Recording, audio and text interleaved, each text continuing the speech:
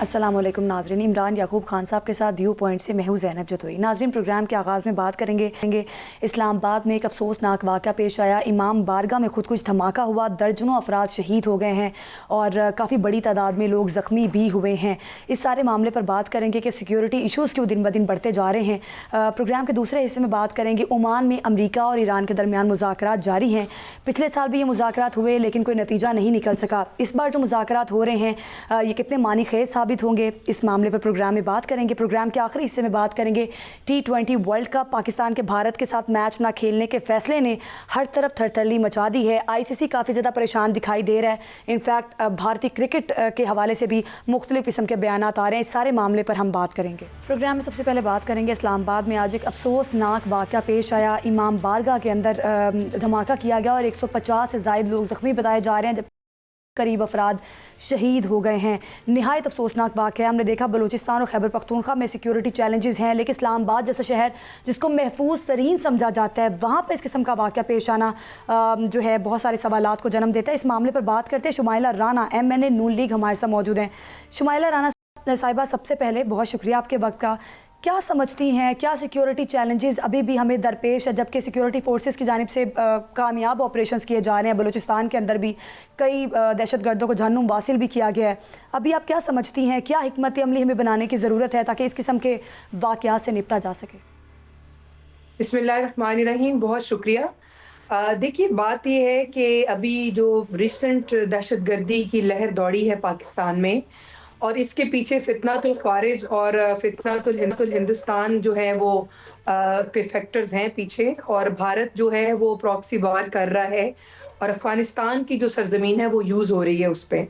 तो मैं ये समझती हूँ कि जो अगर पॉलिटिकल हवाले से भी इस चीज़ को देखा जाए, तो जब तक तमाम सूबाई हुकूमतें वफाक के साथ एक पेज पर नहीं होंगी, दहशतगर्दी पे काबू पाना बहुत मुश्किल है। बिल्कुल। और आपने रिसेंटली वज़ीर आज़म साहब का भी एक बयान जो है वो आपने सुना होगा कि जिसमें उन्होंने कहा था कि तमाम वज़राए आला जो हैं वो दहशतगर्दी को कंट्रोल करने में अपना रोल अदा करें, अपना और वफाक का साथ दें, और जहाँ पे सूबों को ये वफाक की ज़रूरत होगी, जहाँ पे सूबों को फंडिंग की ज़रूरत होगी, और वहाँ पे वफाक जो है वो उनके बिल्कुल साथ शाना बिशाना खड़ा है। लेकिन अनफॉर्चुनेटली बात ये है कि हमारे कुछ तहरीक इंसाफ के जो साथी हैं, लोग हैं, उन लोगों को ये बात समझ नहीं आती। वो इस मामले में भी जिसे कहते हैं वो सियासत से बाज नहीं आते। जबकि मैं ये समझती हूँ कि रियासत की, हुकूमत की अव्वलीन तरजीह होती है अवाम की जान माल की हिफाजत करना। आपको ये मालूम है कि मिलिट्री बेस्ड जो ऑपरेशन है वो भी मुकामी हुकूमतों की के इश्तराक और ताउन के बगैर वो उसका हसूल मुमकिन नहीं है, उसके नताइज का हसूल मुमकिन नहीं है। तो मैं अच्छा, यहाँ पे ये समझती हूँ। शुमाइला राना साहबा, ये फरमाइएगा कि आपने अभी PTI का जिक्र किया, तो PTI के इजलास में तो 8 फरवरी को एक बार फिर हड़ताल और मुल्क की एहतजाज का जो है वो ऐलान किया गया है। आप क्या, वो तो अपने उस फैसले पे कायम है, तो आप क्या समझती हैं कि हुकूमत जो है क्या वाकई ही इस एहतजाज को रोकने के लिए तैयार है? क्या उनको फ्री हैंड दिया जाएगा या एक बार फिर डंडा चलेगा? बात यह है कि देखिए, मुल्क जो है वो किस सूरत हाल से गुजर रहा है। तहरीक इंसाफ का यही अलमिया रहा है कि जब भी पाकिस्तान या तो किसी मुश्किल में होता है, या पाकिस्तान खुशहाली की तरफ होता है, या इंटरनेशनल कम्युनिटी पाकिस्तान को विजिट कर रही होती है, ये उस वक्त ये तमाशा करते हैं। बात यह है कि अभी पाकिस्तान के अंदर जो हालिया दहशतगर्दी कोयटा में आपने देखी, उससे पहले आपने KPK में देखी, आज आपने इस्लामाबाद में ये देखा, तो इसका मतलब है कि एहतजाज के बजाय अगर सूबाई हुकूमतें और ख़ास तौर पे खैबर पख्तूनख्वा की जो हुकूमत है वो अपने मैंडेट का एहतराम करते हुए वो दहशतगर्दी के लिए लाएअमल बनाएं। कोयटा की में जो सानिया हुआ है, वाक़यात हुए हैं जो पाकिस्तान, ये इस्लामाबाद में हुए हैं, खैबर पख्तूनख्वा में हुए हैं, इनका ताना बाना मिलता है। ये फितनातुल ख़ारिज ने जो है सर उठाया हुआ है, इसके लिए ऑपरेशन वक्त की ज़रूरत है। और ये लोग हमें ऑपरेशन से जो है वो मना करते हैं। ये कहते हैं कि आप उनसे हाथ मिलाएं जो आपके बच्चों के गले काटते हैं, जो आपके बच्चों को शहीद करते हैं, जो इमाम बारगाहों को भी नहीं छोड़ते, जो मसाजिद में नमाजियों को भी नहीं छोड़ते, उनके साथ हम किस तरह क्या मुज़ाकरात करें? नहीं, लेकिन इनके कोयटा लिए में, तो एक ही लेकिन हल है। देखें कोयटा में, बलोचिस्तान में या इस्लामाबाद में तो उन्होंने आपको नहीं रोका हुआ, वहां तो आपकी हुकूमतें हैं, आप वहां क्यों नहीं ऑपरेशन करती? और जिस तरह से कहा जाता है ना हमने कि नहीं, में पुअर क्यों नहीं? गवर्नेंस है, आपको तो यही इस्लामाबाद बताया में है कि ऑपरेशन ही इसका हल है, और वो ऑपरेशन सिक्योरिटी फोर्सेस जो हैं वो अपना अमल पैरा है, उसी से ही नताइज मिलेंगे। आपने ये देखा कि माजी में भी जब ऑपरेशन किया गया स्वात में भी, और जिस तरह जो ज़रबुल अर्ज़ थी और रद्दुल फसाद जैसे जो ऑपरेशन थे, और नेशनल एक्शन प्लान के थ्रू जो भी ऑपरेशंस हुए उसमें खातिर खान नताइज मिले। दहशतगर्दी में शुमाइला कमी राना हुई, साहबा, आपने खुद देखा। शुमाइला राना साहिबा, दहशतगर्दी हमारे मुल्क का एक सबसे बड़ा मसला बन चुका है। बलूचिस्तान हो, केपी, अब तो इस्लामाबाद जैसे शहर को भी दहशतगर्दों ने नहीं छोड़ा। तो आप क्या समझती हैं जो हमारा सियासी तनाव है और सियासी चैलेंजेस हैं उनसे निपटना आप समझती हैं कि बहुत ज़रूरी है? जिस तरह से बानी पीटीआई की सेहत के हवाले से मुख्तलिफ इंकशाफात हो रहे हैं, बानी से मुलाकात नहीं करने दी जा रही, इस हवाले से भी बहुत सवालात उठ रहे हैं। राजा नासिर अब्बास साहब ने भी सेनेट में ये बात की है और उन्होंने कहा है कि बानी से मुलाकात करने दी जाए। तो आप नहीं समझती कि सियासी तनाव को कम करने की ज़रूरत है सबसे पहले? तो देखिए ज़ैनब, बात यह है कि सियासी तनाव को कम करना ज़रूरी है, ये मुल्क के मफाद में बेहतर है। मगर अगर आप ये कहें कि दहशतगर्दी सर उठा रही है और दहशतगर्दी पे काबू पाने के बजाय पीटीआई की जो हुकूमत है वो हुकूमत को पीटीआई की जो जमात है वो हुकूमत को ब्लैकमेल करना शुरू कर दे और वो कहे कि जी अब चूंकि दहशतगर्दी ने सर उठा लिया है तो अब बानी पीटीआई को रिहा कर दें, बानी पीटीआई जो है वो दहशतगर्दी को रोक लेंगे।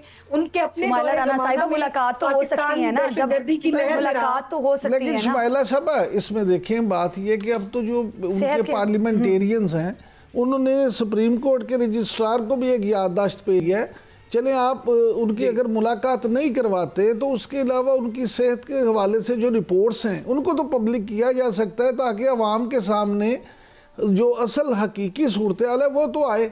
आप नहीं समझते कि कहीं हुकूमत देखिए जेल मैनुअल के मुताबिक और हर कैदी का हक है कि उससे मुलाकात।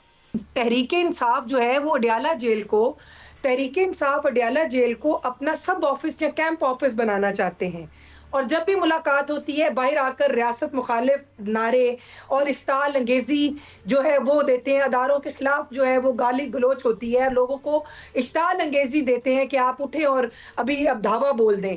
मैं ये समझती हूँ कि अगर उनको ये वाकई में सीरियस है तो उनको अपने एक्ट से साबित करना होगा। ये गाली गोली डंडा जो है इसकी सियासत से इनको बाहर आना होगा कि इनका कोई मुतालबा अगर नहीं माना जाता या इनकी अपनी उसके अंदर जो है होती है तो ये सोटा डंडा लेकर आ जाते हैं, ये यलगार करना शुरू कर देते हैं। शुमाइला साहब, बड़ी शकील गुफ्तगू हो गई। ज़रा ये बताइए कि लाहौर में 2-2.5 दहाइयों के बाद बसंत जो है वो दोबारा मनाई जा रही है। मरियम नवाज ने बतौर वज़ीर आला एक बड़ा बोल्ड ये फैसला किया है, इससे बड़े उनकी हुकूमत जो है उस पर तनकीद भी हो सकती है, अगर खुदा न खास्ता चीज़ें वर्स हो जाएं तो उनके लिए इस पर नाकामी भी हो सकती है। लेकिन आप इस सारे मामले को किस नज़र से देखती हैं? आपकी अब तक की सूरत हाल के मुताबिक क्या राय है कि क्या मुस्लिम लीग नून को इस फैसले के बाद बूस्ट मिलेगा? देखिए, कुछ चीज़ें, हर चीज़ बूस्ट लेने के लिए नहीं होती, कुछ चीज़ें आप अवामी मुफाद के लिए और लोगों की ज़िंदगियों में रंग भरने के लिए, खुशी लाने के लिए भी करते हैं। आपने देखा वो 25 साल पहले बसंत जो थी वो बैन हो चुकी थी, कुछ इस तरह के नाखुशगवार वाक़यात सामने आए थे। आज हर तरफ जो है वो चहल पहल है। इस कौम ने, इस मुल्क ने दहशतगर्दी के खिलाफ बहुत तवील जंग लड़ी है, बहुत कुर्बानियाँ दी हैं। हमने यहाँ पे बहुत लोड शेडिंग जैसे मसाइल को देखा, हमने बेरोज़गारी को देखा, नौजवानान का जो असल पाकिस्तान लाहौर का जो कल्चर है ना जी, जो पंजाब का जो नौजवान नस्ल है वो उससे आ रही है। आपने उनके हाथों में जो है वो पॉलिटिकल ईंधन के तौर पे आपने उनको सोटा डंडा पकड़ा दिया, आपने पेट्रोल बम पकड़ाए। हमने उनके हाथों में कलम पकड़ाई, लैपटॉप पकड़ाए और उसके बाद उनको हमने इजाज़त दी कि आप बाहर की जो खुशी है वो सेलिब्रेट करें। और उसके लिए भी हुकूमत की मैं अप्रिशिएट करना चाहूँगी मरियम नवाज़ शरीफ साहिबा को कि जिन्होंने इतनी मोहतात तरीके से और इतनी मतलब लामहदूद पैमाने के ऊपर उन्होंने इंतज़ामात किए हैं। और आपने देखा कि हर मोटर बाइक के ऊपर वो जो स्टैंड जो हैं वो लगाए गए हैं ताकि किसी के गले के ऊपर जो डोर है वो ना पिरे, किसी ठीक को है, एक अच्छा नुकसान ना हो। इनिशिएटिव है, और लेकिन ये तो आने वाला वक्त बताएगा कि क्या हुकूमत का ये आफ्टरमैथ्स होते फैसला हैं। जिससे ठीक है, देखिए बहुत शुक्रिया आपका शुमाइला राना साहिबा, आपने हमें ब्रीफ मामले पर बताया। इमरान साहब, आप क्या समझते हैं, नवाज शरीफ साहब, अब मरीम नवाज साहिबा ने तो एक बोल्ड फैसला लिया है कि इस इवेंट को सेलिब्रेट करें तमाम तर लोग। नवाज शरीफ साहब कहाँ बसंत मना रहे हैं, क्या कहते हैं आपके वाकिफ़ाने हाल? ज़ैनब देखें, बात सीधी सी है कि ये मियाँ नवाज शरीफ साहब की अगर आप बात करें तो मरीम नवाज़ का ये जो बड़ा जुरतमंदाना फैसला है बसंत वाला, इसके पीछे असल में मियाँ नवाज शरीफ हैं। अच्छा। मियाँ नवाज शरीफ वैसे तो मरीम नवाज़ को बतौर वज़ीर आला कामयाब करवाने के लिए हर वालिद की ख्वाहिश होती है कि उसकी औलाद जो है कामयाब हो, वो उनके लिए हर वक्त कोशिश है। लेकिन ये जो मामला है, शरीफ फैमिली जो है वो खुद ज़ाती तौर पे भी बसंत जो है उसको पसंद करते थे, पतंगबाजी को पसंद करते थे। मियाँ नवाज शरीफ खुद बहुत अच्छे पेच लगाते हैं और बाकायदा ये पतंगबाजी जो है ये करते रहे। इनके मुख्तलिफ जगहों पे दोस्त ऐसे थे जिनके पास जाके ये बतौर वज़ीर ख़जाना पंजाब या बतौर बिजनेसमैन, फिर वज़ीर आला पंजाब के तौर पर मुख्तलिफ जगहों पे जाके पतंगबाजी करते थे। तो अब भी इस वक्त सूरत हाल ये है कि इस वक्त शहर में 3 छतें ऐसी हैं अंदरूने शहर में। मैं आपको बता दूं, अभी मैं यहाँ पे वो नहीं उनकी डिटेल नहीं शेयर कर सकता, लेकिन 3 छतें ऐसी हैं जहाँ पे ये इंतज़ामात इस हवाले से किए गए मियाँ नवाज शरीफ के दोस्तों की तरफ से कि जहाँ पे ये मुतवक्को है कि मियाँ नवाज शरीफ उनमें से किसी भी एक छत पे जाएंगे। अच्छा। और वो तीनों जो हैं वहाँ पे फिर जहाँ मियाँ नवाज शरीफ जाएंगे उनके दोस्त भी वहाँ, दोस्त अहबाब भी वहीं उसी छत पे जाएंगे और मियाँ साहब वहाँ पेश करेंगे और पतंग उड़ाएंगे, पतंग उड़ाएंगे। उनके साथ उनके बच्चे भी होंगे। और मैं आपको ये भी बता दूं कि मरियम नवाज़ के जो साहबजादे हैं जुनेद, वो भी बड़ी अच्छी पतंग उड़ाते हैं और वो भी अपने नाना के साथ होंगे। इसके यहाँ मैं आपको ये भी बता दूं कि उनके भतीजे जो हैं साबिक वज़ीर आला पंजाब जनाब मियाँ हमज़ा शहबाज साहब, वो इन सब में से अच्छा पेच लड़ाते हैं। अच्छा। और मियाँ हमज़ा जो हैं वो खुद बड़े अच्छे पतंगबाज हैं। वो भी शहर में जो है वो बसंत एक जगह एक छत पे उन्होंने भी आज पतंगबाजी के लिए जाना है। ठीक है इमरान साहब, आप समझते हैं कि ये बड़ा एक अच्छा इकदाम है? आपने वैसे तो शुरुआत में आपने इस बात की तरफ इशारा किया, लेकिन बहुत सारे सियासी रहनुमा जो हैं वो यही कह रहे हैं कि इसके शायद आने वाले टाइम में इसके नुकसान भी हो सकते हैं। अभी से इंसिडेंट रिपोर्ट हो रहे हैं। गुजारिश ये कि कैसी कौम, एक ऐसा मुआशरा जहाँ डिप्रेशन हद से ज़्यादा हो, हर तरफ से आपको बुरी खबरें आ रही हों, तो वहाँ अगर ये मैं समझता हूँ कि एक खुशखबरी है, ये एक ताज़ा वाक़ा झोंका है। और बतौर एक पक्के लोरिए कि मैं क्योंकि खुद मेरा ताल्लुक लाहौर शहर के 12 दरवाज़ों से है, भाटी गेट से है, तो मैं तो ये समझता हूँ कि हमारी लाहौरियों की खुशियाँ तो ये दुबाला हो गई है बसंत से। लेकिन ये एक याद रखें कि हुकूमतों का काम ही सिर्फ नहीं होता।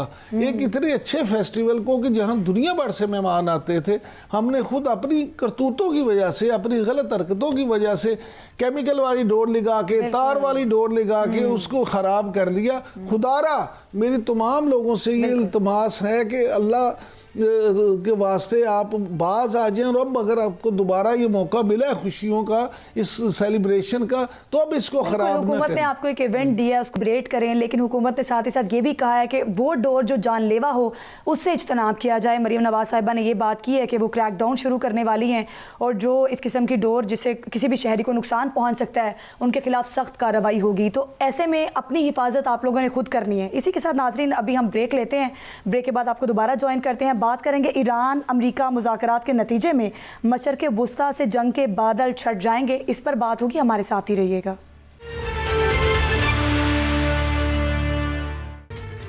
वेलकम बैक नाज़रीन, प्रोग्राम में बात करेंगे ईरान अमेरिका मुज़ाकरात जारी हैं एक ऐसे माहौल में जब मशरिक़ वुस्ता में अमेरिकी जंगी बेड़े मौजूद हैं, सदर ट्रंप की धमकियां भी मौजूद हैं। वाशिंगटन से भी मुख्तलिफ स्टेटमेंट्स आ रही हैं कि अगर सिफारतकारी नाकाम हुई तो सदर ट्रंप के पास और भी ऑप्शन मौजूद है। इन और भी ऑप्शन से क्या मुराद है, इस मामले पर हम डिस्कशन करेंगे।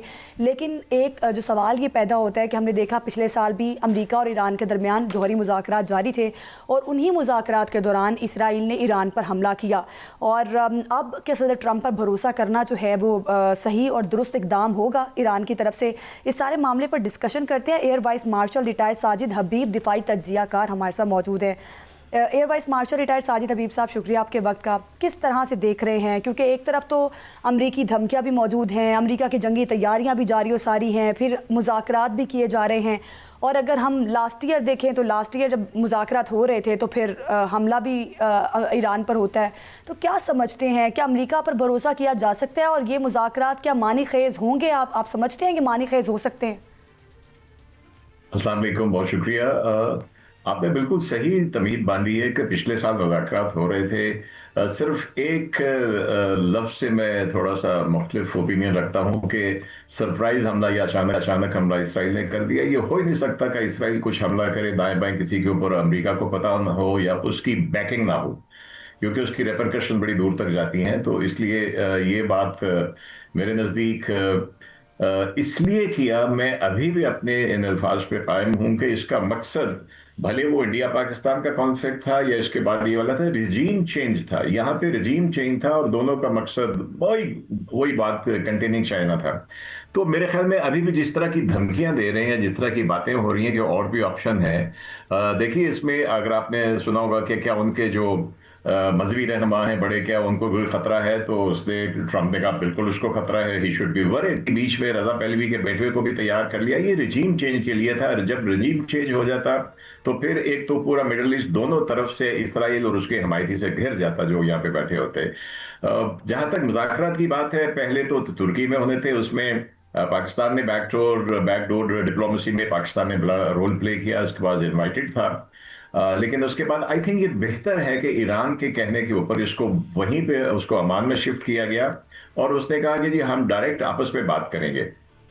हालांकि अभी तक इनकी जो डायरेक्ट बात नहीं हुई है, जो ओमान के उनके वजीर खारजा हैं वो इनको मीडिएट करवा रहे हैं, तो अभी तो इसका कोई आउटकम कहा नहीं जा सकता। अच्छा साजिद, लेकिन धमकियों की जो बात है, आप बिल्कुल सही करिए, ट्रंप ने धमकियां दी है तो ईरानी प्रेसिडेंट ने भी कहा कि हमारे पास जो है हम तो फिर पूरी कुव्वत से हम आपके हलीफों को जो यहाँ पे है उसको हम वहां पे हम जवाब देंगे, आपके अड्डे हैं, आपके हलीफ हैं। तो अभी सिलसिला चल रहा है। साजिद हबीब साहब, ये जो आपने धमकियों की बात की, तो CNN की एक रिपोर्ट के मुताबिक मामला यह है कि ईरान ने कहा है कि वो किसी भी अमरीकी हमले की सूरत में 500 हैबर बैलिस्टिक मिसाइल जो हैं वो इसराइल पे दाग देगा। अब ये जो खैबर मिसाइल है इसका 2000 किलोमीटर रेंज है और ये 1.5 टन वार हेड जो है वो भी लेके जा सकता है। तो अगर इसराइल पे इतना बारूद जो है बरसा तो उसका फिर बचेगा क्या? इंशाल्लाह ताला अगर ये दो बताए तो कुछ नहीं बचेगा। तो यही थ्रेट है जिसकी वजह से अमेरिका जो है वो नेगोशिएशन की टेबल पे आया है।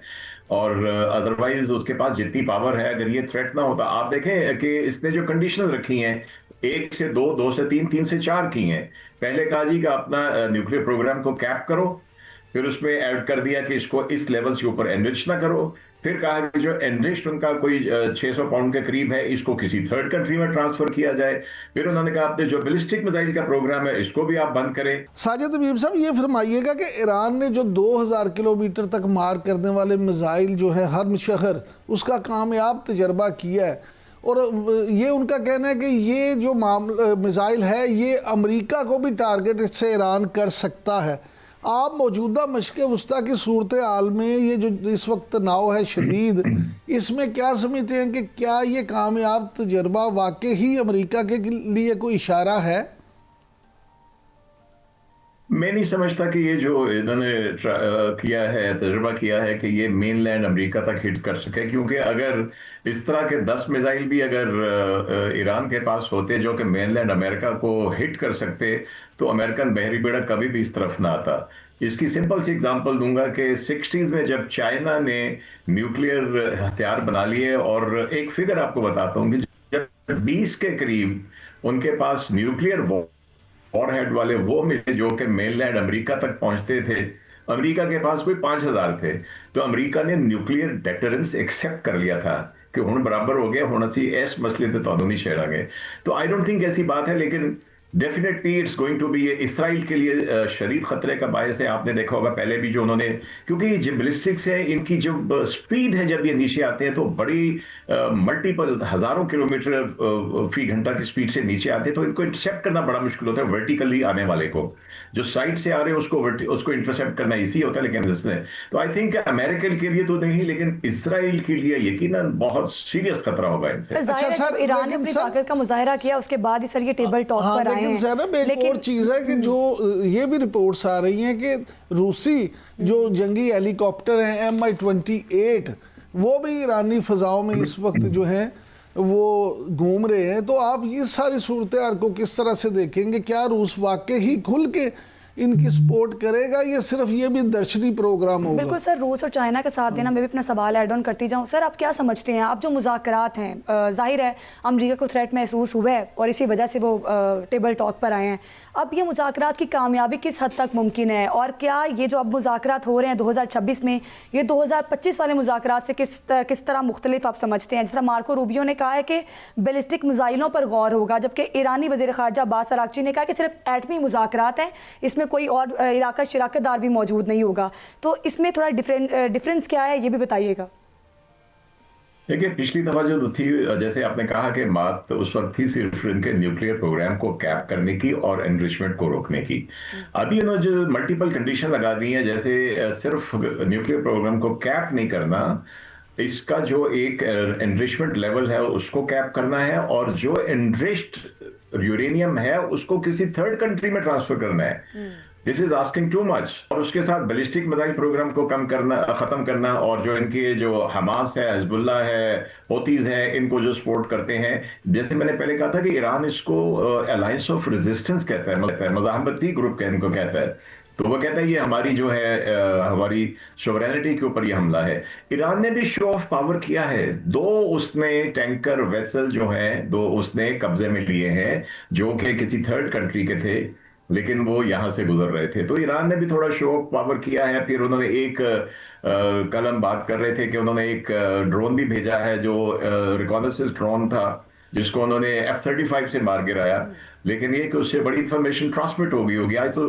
टोटल इलेक्ट्रॉनिक सिग्नेचर होता है, जो कोई मिसाइल फायर करता है, कोई जहाज का रडार लॉक करता है, वो इंफॉर्मेशन चली जाती है। और मुझे यकीन है कि वो इंफॉर्मेशन ईरान के सिर्फ अपने पास नहीं है, वो अपने बड़े दोस्तों से, जिसमें चाइना है, जिसमें रशिया है, जिसके साथ मिलकर स्ट्रेट ऑफ हॉर्मुज़ में इन्होंने लाइव एक्सरसाइज की है, तो उनसे भी शेयर की होगी। और बिल्कुल देखिए, रशिया और चाइना का इंटरेस्ट है वहां पे, तो ये वेनेजुएला को उठा के ले गए, सारे तेल के ऊपर कब्जा कर लिया। दूसरी बड़ी मंडी है जो जहां से तेल आता है वो मिडल ईस्ट है, और ईरान का अपना तेल बहुत ज्यादा है। तो ये आई एम श्योर कि इसमें कोवर्ट तरीके से ही सही, खुफिया तरीके से ही सही, लेकिन मैं समझता हूं कि चाइना और रशिया जो है ये दोनों इसको डेफिनेटली सपोर्ट करेंगे, मिलिटरीली नहीं। अच्छा साजिद साहब, मैंने आपसे गुजारिश की थी सवाल जो मैं जिसका जवाब जानना चाहता हूं कि MI-28 जो हैं रूसी साख्ता हेलीकॉप्टर्स जंगी, और ये रिपोर्ट्स हैं कि वो ईरान की फ़िज़ाओं में इस वक्त जो है ना घूम रहे हैं। तो आप क्या समझते हैं, क्या वाकई ही रूस खुल के मदद को आ गया, या अभी इशारों किनारों में दर्शनी मदद ही होगी? देखिए, अगर तो ये खबर सही है, मैं टू बी वेरी ऑनेस्ट इसको कंफर्म नहीं कर सका, मैंने चेक किया था, अगर ये खबर सही है तो इसका बुनियादी मकसद मैं समझता हूँ। देखिए, हेलीकॉप्टर ने तो बेसिकली, अगर अटैक हेलीकॉप्टर है वॉर में इस्तेमाल होने वाला, तो उसका मकसद होता है कि वो अगर कोई ज़मीनी जंग हो रही है तो उसमें वो हिस्सा लेता है। जो एक चीज़ मैं समझ सकता हूँ कि ये जो थ्रेट बिल्कुल एग्जैक्टली वेनेजुएला के सदर को उठाने वाला, और इन्होंने भी कहा, बीच में खबरें थी कि इनके जो रहबर हैं इनको उठाने की कोशिश करेंगे, इनके मजहबी लीडर को, खमेनाई साहब को। तो अगर कोई ऐसी चीज़ है तो वो गालिबन उनकी फिजिकल सिक्योरिटी के लिए होगी। तो अगर ये है तो बहुत अच्छी बात है, क्योंकि फिर तो चाइना अमेरिका को बड़ा सोच समझ के कोई ऐसी हरकत करनी पड़ेगी कि वो यहाँ से उनको उनके जो लीडर हैं उनको किडनैप करने की कोशिश करें। अच्छा सर, व्हाइट हाउस की प्रेस सेक्रेटरी जो हैं उन्होंने ये कहा, ईरानी क़यादत को पैगाम दिया है कि प्रेसिडेंट ट्रंप के पास सफारत के अलावा दीगर ऑप्शंस भी मौजूद हैं। ये दीगर ऑप्शंस से क्या मुराद है उनकी? दीगर ऑप्शन उनके पास इब्राहिम लिंकन जो खड़ा हुआ है वहां पे, वो ऑप्शन है उनके पास, B2s है उनके पास। सेकंड ऑप्शन देखिए, या तो इसके ऊपर कोई डील होनी है, और सेकंड ऑप्शन में उनके पास डील नहीं है। सेकंड ऑप्शन में उनके पास जो जो जो ट्रंप का जो बयान है या जिस तरह वो बिहेव कर रहा है, that is war, that is bombing Iran. तो that is the second option, और कोई डिप्लोमेटिक सेकंड ऑप्शन नहीं है। सर, आप क्या समझते हैं, इतने प्रेशर के साथ मुज़ाकरात पर तो पहुंच चुके हैं दोनों ममालिक, इसका फ्यूचर क्या देखते हैं आप? क्या लगता है आपको कि इस बार मुज़ाकरात कामयाब होंगे? आपका क्या एनालिसिस है इस पर? ना, एक जब कोई बात करने पे रजामंद हो जाए तो एक पॉजिटिव स्टेप तो इसको मानना चाहिए कि बात करने के ऊपर आ गए। और फिर दूसरी मुझे एक बेहतर चीज लगी है कि दोनों, ईरान ने खास तौर पे कहा कि मैं डायरेक्ट बात करना चाहता हूं। मैं इसीलिए इस्तांबुल से, जिसमें पाकिस्तान ने जाना था, इजिप्ट ने जाना था, सऊदीया ने जाना था, उसने वहां से ईरान के कहने के ऊपर वेन्यू को इन्होंने ओमान में शिफ्ट किया है फॉर 2 रीजन के पिछले साल भी ओमान में हो रहे थे, तो वो उनकी जो अपने सफारतकार हैं ओमान के, उनको दोनों साइड के पॉइंट ऑफ व्यूज का पता है। और दूसरी बात यह है कि ईरान ने कहा, और अभी तक इनकी कोई डायरेक्ट बात नहीं हुई, अभी तक जो ओमान के वजीर खारजा, वो दोनों साइड से मिलके बातें कर रहे हैं। तो उम्मीद करते हैं कि लेट्स होप अगर वो दोनों को किसी तरह इकट्ठा आमने सामने बिठा दें। रूबियो है, उसके साथ ट्रंप के दामाद भी आए हुए हैं, और यहाँ पे इराकची हैं और उनके डेप्टी हैं, वो आए हुए हैं। तो अभी जो मैं यही कह सकता हूँ कि लेट्स हम दुआ करें कि बेहतर हो, क्योंकि हमारे ऊपर दोनों तरह से बहुत इम्पैक्ट होगा पाकिस्तान के ऊपर। हमारा कंसर्न ये होना चाहिए, मेरा जाती तौर पे कंसर्न ईरान, अमेरिका, चीना नहीं है। मेरा जाती कंसर्न पाकिस्तान है कि अगर कोई जंग होती है तो तबाही के असरात हमारे ऊपर आएंगे। अगर इन दोनों का कोई मुआहिदा हो जाता है तो आप यकीन कीजिए इंशाअल्लाह ताला हमारा ये BLA और TTP वाले जो हरकतें हो रही हैं, इनके ऊपर बहुत पॉजिटिव असर पड़ेगा पाकिस्तान के हक में। अच्छा साजिद साहब, आखिर में सिर्फ ये फरमा दीजिए कि हमारा सबका कंसर्न जो है पाकिस्तान ही है और होना भी चाहिए। पाकिस्तान एक जो है वो जंग लड़ भी रहा है दहशतगर्दी के खिलाफ। आज भी इस्लामाबाद में जो दहशतगर्दी का वाकया हुआ है, इतनी मासूम जान, आज वो चली गई। तो लेकिन वज़ीर आज़म मियां शहबाज शरीफ साहब ने ये कहा है कि भारत को दहशतगर्दी का जवाब उसी की ज़ुबान में देंगे। तो आप क्या समझते हैं कि भारत को उसी की ज़ुबान में कब जवाब दिया जाएगा सर? मेरा ख्याल है कि इसका सिलसिला कहीं ना कहीं किसी ना किसी तरह चल रहा है, और इंशाल्लाह ये चलेगा। आप देखिए कि भारत ने जब पिछले साल उसने पहले हमारे सिविल इलाकों पे ये कहकर उसने मिसाइल दागे कि ये जो है टेररिस्ट है, यहाँ पे मैं इनके फौजी ठिकानों पे हमले नहीं कर रहा, तो उसने हमें जस्टिफिकेशन दे दी, हमें हक दे दिया कि हम भी देखेंगे कि कहाँ पे वो टेररिस्ट बैठे हुए हैं, वो अफगानिस्तान में बैठे हुए हैं या इनकी तरफ बैठे हुए हैं। तो कम से कम अफगानिस्तान की हद तक, क्योंकि सारे आप वहीं से रहे, कोई वागा से नहीं आ रहे, तो ये उनकी ज़बान में जो जवाब दिया जाएगा, आई थिंक उसके लिए सबसे बेहतर जो हमारे पास ऑप्शन होगी वो जिस हमारे मगरबी बॉर्डर से ये आ रहे हैं वहाँ पे इनको, और इनके जो स्पॉन्सर्ड वहाँ पे गाइड करने वाले बैठे हुए हैं, देखें ना क्वाडकॉप्टरों से हमले कर रहे हैं। उन्होंने KPK में भी किया है कबायली इलाकों में, और अभी इन्होंने बलूचिस्तान में भी किया है। तो मुझे यकीन है कि ये दिया जाएगा। हम पहले पाकिस्तान एयरफोर्स ये कर चुकी, बिल्कुल मौसर इमली भी बना ली है। बहुत शुक्रिया आपका साजिद हबीब साहब हमारे साथ मौजूद थे। नाजरीन, अभी वक्त हुआ एक शॉर्ट ब्रेक का। ब्रेक के बाद बात करेंगे T20 वर्ल्ड कप, क्या पाकिस्तान भारत के साथ मैच ना खेलने के फैसले पर नजरसानी करेगा? इस पर बात होगी। Stay with us.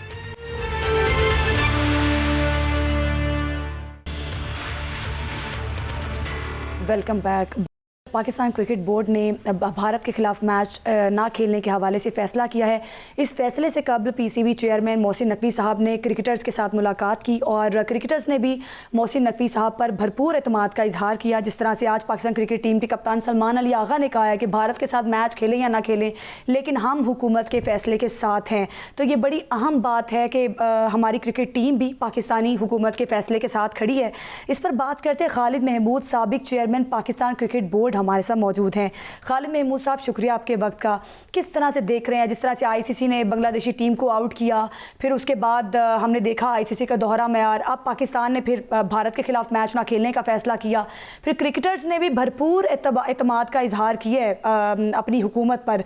किस तरह से देख रहे हैं आप सलमान साहब के भी बयान को? बहुत शुक्रिया। मैं तो जी बिल्कुल मेरी समझ से बालातर है जो कुछ हो रहा है। यानी किसी चीज़ की मुझे नहीं समझ आ रही कि हुकूमत क्यों ये काम कर रही है और क्रिकेट बोर्ड क्या समझ के ये कर रहा है और क्रिकेटर तो बेचारे उनको क्रिकेट की सियासत का नहीं पता होता। देखिए बड़ी सीधी सी बात है, इस वक्त हमने फैसला किया है हम ये T20 टूर्नामेंट खेलेंगे लेकिन भारत के ख़िलाफ़ नहीं खेलेंगे। अच्छा, अब वो अगर आईसीसी में केस जाएगा और हमसे पूछा जाएगा कि जी आप भारत के ख़िलाफ़ ना खेलने की कोई वजह बता दें, तो सवाल कह के जी हमारी हुकूमत ने मना किया है और कोई वजह है ही कोई नहीं है। पहले बड़ा अच्छा मौक़िफ़ था पाकिस्तान का कि चूँकि बांग्लादेश के साथ ज़्यादती हो रही है, बांग्लादेश जो है आईसीसी का फुल मेंबर है, वो पहले भी मैच खेलता रहा है, तो उसको सिर्फ इस वजह से क्योंकि उनको भारत में जाने के ख़तरात हैं और आप बजाय उसके कोई सद्देबाब करें, उसका अजाला करें, आपने उनको निकाल के बाहर कर दिया और उसकी बजाय स्कॉटलैंड को शामिल कर दिया। तो पाकिस्तान का मौक़िफ़ उस वक्त बहुत असूली था क्योंकि आईसीसी की रवायात की पामाली हो रही थी। आपको पता होगा कि जब पाकिस्तान में 2009 में श्रीलंका की टीम पे हमला हुआ था और कोई ख़ास नुकसान तो नहीं हुआ, अल्लाह का शुक्र है बच गए, लेकिन उसके बाद जो गैर मुल्की टीमें थी उन्होंने पाकिस्तान आना बंद कर दिया था। कई साल तक वो नहीं आए और हम वावेला करते थे, हम आईसीसी को कहते थे कि हम खिला सकते हैं, इन टीमों की हिफाजत कर सकते हैं, सब कुछ कहते थे। आईसीसी का एक ही जवाब होता था कि नहीं जी, ये हर मुल्क की अपनी सवाबदीद है, अगर वो आपकी सिक्योरिटी से मुतमईन नहीं है तो आप उनको मजबूर नहीं कर सकते और हम भी उनको मजबूर नहीं कर सकते। तो यही सूरत हाल बांग्लादेश की पे भी लागू होनी चाहिए थी कि बांग्लादेश का जो एक खिलाड़ी था मुस्तफिजुर रहमान, उसको इन्होंने वापस भेज दिया ये कह के कि हम तुम्हारी हिफाजत नहीं कर सकते। तो जो हुकूमत या जो मुल्क जो है एक खिलाड़ी की हिफाजत नहीं कर सकता तो वो पूरी बांग्लादेश की टीम की हिफाजत किस तरह कर सकता है? आईसीसी को कोई इख्तियार, कोई हक हासिल जी। खालिद साहब ये फरमाइएगा कि पाकिस्तान के जो वफाकी वजीर दिफा हैं ख्वाजा आसिफ साहब, उन्होंने 2-3 रोज़ पहले एक बयान में कहा कि अब वक्त आ गया कि नई आईसीसी बनाई जाए। क्या आप समझते हैं कि पाकिस्तान के साथ बांग्लादेश और श्रीलंका और ये ममालिक मिल के कोई नई आईसीसी बना सकते हैं या इस तरह से कुछ हो सकता है? मेरे ख्याल में तो पाकिस्तान के साथ एक मुल्क भी मिलने को तैयार नहीं होगा। पहले बांग्लादेश हमारे साथ खड़ा था, लेकिन चूँकि आप छलांग लगा के ये इवेंट में दाखिल हो चुके हैं, खेल रहे हैं, तो बांग्लादेश तो बेचारा जिसके हाथ हमने पकड़ा था वो तो बाहर बैठ के देख ही रहा है ना, उसको तो कोई फ़ायदा नहीं पहुंचा हमारे फैसले से। तो बाकी आपने श्रीलंका का नाम लिया है, श्रीलंका तो वही करता है जो भारत कहता है, अफ़गानिस्तान भी वही करता है जो भारत कहता है। तो जब हम अपने ताल्लुकात इन मुल्कों के साथ ना कोई बना सके हैं, ना कोई हम लॉबी कर सके हैं, हम तो और ये जो बड़े मुल्क हैं जो कि कम से कम जिनकी राय है कोई उसको वज़न दिया जाता है, इंग्लैंड और ऑस्ट्रेलिया, एक दफ़ा भी मुझे नहीं कहीं प्रेस में या कहीं नज़र आया कि हमने किसी से रब्ता करने की कोशिश की है। दरअसल जो इंटरनेशनल फोरम्स होते हैं, जो आलमी अदारे होते हैं, वहाँ पे आपको अपनी बात सुनानी पड़ती है, मनवानी पड़ती है, दलाइल देने पड़ते हैं। अब दलाइल देने के अगर कोई काबिल ही ना हो किसी में, खालिद साहब आप माशाल्लाह क्योंकि खुद चेयरमैन क्रिकेट बोर्ड रहे हैं और इस पूरे मैकेनिज्म को समझते हैं, ये फरमाइएगा कि सबसे ज़्यादा जो इस पे बासर समझे जाते हैं वो ब्रॉडकास्टर समझे जाते हैं क्योंकि वही मेन कमाओ पूत भी होते हैं। अब ये भी खबरें आ रही हैं कि ब्रॉडकास्टर जो हैं उन्होंने भी कह दिया कि अगर इंडिया और पाकिस्तान का मैच नहीं होता तो वो इसको बराह रास्त वर्ल्ड कप के इवेंट को कवर नहीं करेंगे। तो क्या इस तरह की अगर सूरत हाल होती है तो आईसीसी अंडर प्रेशर नहीं होगा? देखिए, आईसीसी तो अंडर प्रेशर होगा। वजह उसकी ये है कि सिवाय 2-3 मुल्कों के, जिसमें सबसे ऊपर भारत है, फिर उसके बाद शायद ऑस्ट्रेलिया है, फिर इंग्लैंड है, जिनके पास वाफर फंड हैं, पैसों की कमी नहीं है। आपको पता है भारत में जो उनका है कॉरपोरेट सेक्टर वो बड़ा तगड़ा है और वो क्रिकेट की खुल के हमायत करता है। तो इसलिए भारत को कोई फ़र्क नहीं पड़ेगा कि कोई मैच होता है नहीं होता, लेकिन आईसीसी को जिसके पास ये पैसे जाने थे और वो पैसे उन्होंने बाकी गरीब मुल्कों में या जिनके पास फंड की कमी है तकसीम कर करने थे उनको ज़रूर फ़र्क पड़ेगा, लेकिन भारत का मेरा ख्याल में इससे कोई नुकसान नहीं होगा। भारत की जो पोजीशन है, हमने देखा कि भारत की जो हिंदुत्व सोच है, अभी मुस्तफ़िज़ुर रहमान की भी आप बात कर रहे थे, फिर इन्होंने इससे कबल भारतीय हुकूमत की हिदायत पर भारतीय टीम ने पाकिस्तानी टीम से हाथ नहीं मिलाया, वो भी पूरी दुनिया ने देखा। फिर मोहसिन नकवी साहब से ट्रॉफी लेने में भी ये लोग गुरेज करते रहे। तो इनका जो एक माइंडसेट है जो बांग्लादेश के साथ किया वो भी पूरी दुनिया ने देखा। तो आप नहीं समझते कि भारतीय क्रिकेट बोर्ड की जो पोजीशन है या साख्त है वो बहुत मुतासिर हो रही है उनके इस रवैये से? उनकी साख तो मुतासर तब होती कि अगर पाकिस्तान इसमें मुतहरक होता, उनको कटहरे में खड़ा करता। आपने मिसालें दी हैं कि उनके खिलाड़ियों ने, उनके कप्तान ने हमारे कप्तान से हाथ नहीं मिलाया। आपने मिसाल दी है कि उनकी टीम ने, उनके कप्तान ने हमारे चेयरमैन से आके ट्रॉफ़ी नहीं ली। तो मुझे ज़रा बता दीजिए कि इसके बारे में क्या कार्रवाई की गई थी। ये जो एशिया कप जिसकी आप बातें कर रही हैं वो सारे का सारा एशियन क्रिकेट काउंसिल ने करवाया था, ये आईसीसी का इवेंट नहीं था। और आपकी इत्तला के लिए एशियन क्रिकेट काउंसिल के जो सरबराह हैं वो हमारे बोर्ड के चेयरमैन हैं। तो कौन सी उसकी मीटिंग हुई, कहाँ उनकी जवाब दही उनको करनी पड़ी, कहाँ उनसे वजाहत मांगी गई कि ये तुम क्या कर रहे हो, कहाँ उनके खिलाफ एक्शन हुआ।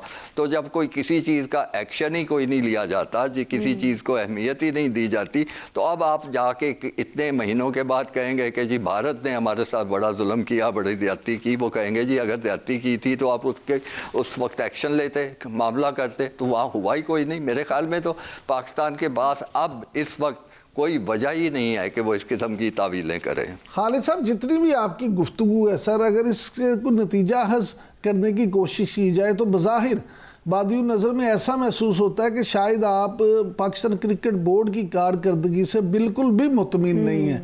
आपके ख्याल में पाकिस्तान को या पाकिस्तान क्रिकेट बोर्ड को क्या स्ट्रेटजी अपनानी चाहिए, या हम किस तरह से इस बोर्ड को प्रोफेशनली बेहतर कर सकते हैं? देखिए, आपको इतनी मुश्किल पेश आ रही है नतीजा निकालने में। मैं तो नाम ले के मुख्तलिफ मौक़े जो हैं उसके बारे में गुफ्तगू कर रहा हूँ। मैं कोई हवाई बातें तो नहीं कर रहा। मैं ये कह रहा हूँ कि आप ठीक कहते हैं कि हमारे साथ बड़ी बदतमीज़ी की हिंदुस्तान के कप्तान ने, उसने मज़ीद बदतमीज़ी की कि उसने आके ट्रॉफ़ी ली। लेकिन मेरे सवाल का जवाब आप नहीं दे रहे कि एशियन क्रिकेट काउंसिल जो थी, जो कि ये करवा रही थी इवेंट, उसने एक्शन क्या लिया? क्या कप्तान को कटहरे में खड़ा किया गया? क्या उनसे पूछा गया कि ये क्यों? तो जब आप खुद ही कुछ नहीं करते तो मैं क्या करूं? मैं उनकी तारीफ़ें शुरू कर दूं कि हाँ जी बहुत अच्छा किया आपने, हंदा पेशानी का मुजाहरा किया, चुप करके चले आए। अगर आपने ऐसे किया है तो अब ऐसे करते रहे। अब इस वक्त कहने की क्या ज़रूरत अब पेश आ गई कि जी 15 फरवरी वाला हम मैच नहीं खेलेंगे कुछ? यानी एक तरफ आपने बांग्लादेश का हाथ थामा कि हम आपके साथ खड़े हैं, असूली मौक़िफ़ है हमारा, और उसके बाद उनको वहीं खड़ा छोड़ के आप आगे बढ़ गए हैं। तो मैं बांग्लादेश तो आपकी तारीफें करता नहीं थकता। वो तो बड़े मशहूर हैं पाकिस्तान के। उन्होंने तो देखे जो बयान भी जारी किया है वो बड़ी मेहरबानी उनकी। बांग्लादेश आप भी गए होंगे, मैं मेरा ख्याल है बहुत ज़्यादा दफ़ा गया हूँ। मैं मशरक़ी पाकिस्तान भी गया हूँ, मैं उसके बाद बांग्लादेश बन गया, वहाँ भी गया हूँ। उनके अवाम जो हैं, सवाइस के वो जो अवामी लीग की हुकूमत थी जिसकी सरबराह हसीना वाजिद थी, वो हमारे सख्त खिलाफ थी। बाकी उनके लोग तो इस हद तक थे कि मैं उस ज़माने में जब मैं चेयरमैन था, एक चैम्पियन ट्रॉफ़ी हुई थी और मैं सोच रहा था कि पाक भारत मैच में पूरा जो ढाका स्टेडियम है, बंगाली जो हैं वो हमारे ख़िलाफ़ नारे लगा रहे होंगे। मैं भी हैरान हुआ और बहुत से और लोग भी हैरान हुए होंगे कि वो पुरजोश यकजुबान पाकिस्तान के हक़ में नारे लगा रहे थे। उसके बाद मैं मगरब की नमाज़ पढ़ने उनकी मस्जिद में गया। मस्जिद अल मुकर्रम बड़ी मशहूर है ढाका में, स्टेडियम के करीब है। तो नमाज के बाद मुझे 150 जितने भी नमाजी थे उन्होंने सब ने घेर लिया और मैं बड़ा कुछ खौफजदा हुआ कि पता नहीं ये क्यों, क्या करना चाहते हैं। तो उनका एक ही सवाल था सबकी ज़बानों से कि पाकिस्तान हारा क्यों है। मैं ये बातें इसलिए आपको बता चाह रहा हूँ कि वो जोश की हद तक जो है वो पाकिस्तान से प्यार करते हैं, उनकी कौम बड़े अच्छे लोग हैं। बाकी हुकूमत अगर खिलाफ हो वो तो और बात है, वो बिल्कुल, हुकूमत बांग्लादेशी टीम के साथ सर खड़ा होना भी बहुत ज़रूरी था, क्योंकि तवील मुद्दत के बाद हमारे पाकिस्तान ताल्लुकात जो है बांग्लादेश के साथ बेहतर हुए हैं, तो ये एक अच्छा इकदाम है। लेकिन श्रीलंका की जानिब से कहा गया है कि पाकिस्तान क्रिकेट बोर्ड जो है वो अपने फैसले पर नज़रसानी करे। अब पाकिस्तान क्रिकेट बोर्ड नज़रसानी करेगा या नहीं करेगा ये आने वाला वक्त बताएगा। खालिद महमूद साहब हमारे साथ मौजूद थे और हमें बता रहे थे। बहुत शुक्रिया आपका। नाज़रीन, इसी के साथ प्रोग्राम से दीजिए हमें इजाज़त। कल फिर मुलाकात होगी। अल्लाह हाफ़िज़।